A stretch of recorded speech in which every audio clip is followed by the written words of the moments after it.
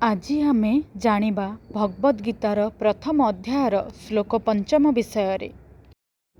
ଭାଗବତ ଗୀତା କେବଳ ଗତକାଲିର କଥା ନୁହେଁ, ଏହା ଆଜିର ଜୀବନର ସତ୍ୟ। ଯୁଦ୍ଧକ୍ଷେତ୍ରରେ ଥିବା ସେହି ବୀରମାନେ କେବଳ ଶସ୍ତ୍ର ନେଇ ଲଢ଼ୁନଥିଲେ, ସେମାନେ ଧର୍ମକୁ ମଧ୍ୟ ଧରି ରଖିଥିଲେ। ଆଜି ଆମେ ମଧ୍ୟ ଲଢ଼ୁଛେ, କିନ୍ତୁ ଆମ ଯୁଦ୍ଧ ଦେଖାଯାଏ ନାହିଁ। ଏହି ଶ୍ଲୋକ ସେଇ ଲୁଚିଥିବା ଯୁଦ୍ଧର କଥା କହେ। ଧୃଷ୍ଟକେତୁଶ୍ଚ କିତାନଃ କାଶୀରାଜଶ୍ଚ ବୀର୍ଯ୍ୟବାନ୍ ପୁରୁଜିତ୍ କୁନ୍ତିଭୋଜଶ୍ଚ ଶୈବ୍ୟଶ୍ଚ ନରପୁଙ୍ଗବାଃ। ଏହି ଶ୍ଲୋକରେ କୃଷ୍ଣ ନାମ ଗଣନା କରୁନାହାନ୍ତି, ସେ ଆମକୁ ଦେଖାଉଛନ୍ତି ଶକ୍ତି କେଉଁଠୁ ଆସେ। ଧୃଷ୍ଟକେତୁ, ଚେକିତାନ, କାଶୀରାଜ ଏମାନେ ଶକ୍ତିଶାଳୀ ଥିଲେ, କାରଣ ସେମାନେ ଧର୍ମ ପକ୍ଷରେ ଥିଲେ। ଧର୍ମ ଯେଉଁଠି ଥାଏ, ଶକ୍ତି ସେଠି ଆପେ ଆସିଯାଏ। ଏହି ଶ୍ଲୋକ ଆମକୁ ଏକ ସତ୍ୟ ଶିଖାଏ, ତୁମେ ଏକା ଲଢ଼ୁନାହଁ।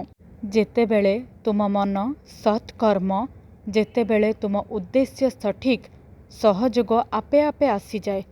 ଶକ୍ତି ହେଉଛି ଭୟ ସତ୍ତ୍ୱେ ମଧ୍ୟ ଠିଆ ରହିବା। ଏହି ଶ୍ଲୋକ ଆମକୁ ସେଇ ସାହସ ଦେଇଥାଏ।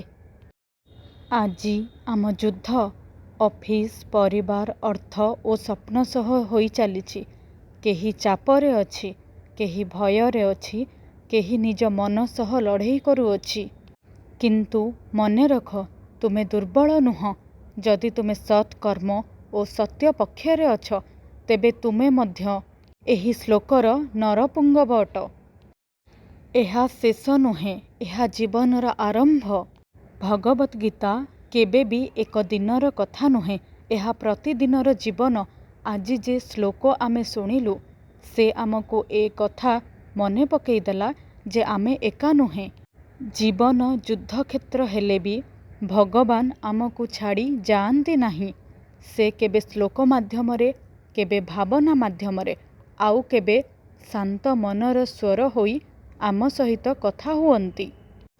କାଲି ଆଉ ଗୋଟିଏ ଶ୍ଲୋକ ଆସିବ, ଆଉ ଗୋଟିଏ ସନ୍ଦେଶ, ଆଉ ଗୋଟିଏ ସତ୍ୟ, ଯାହା ତୁମ ଜୀବନକୁ ଆଉ ଅଳ୍ପ ଶାନ୍ତ କରିଦେବ।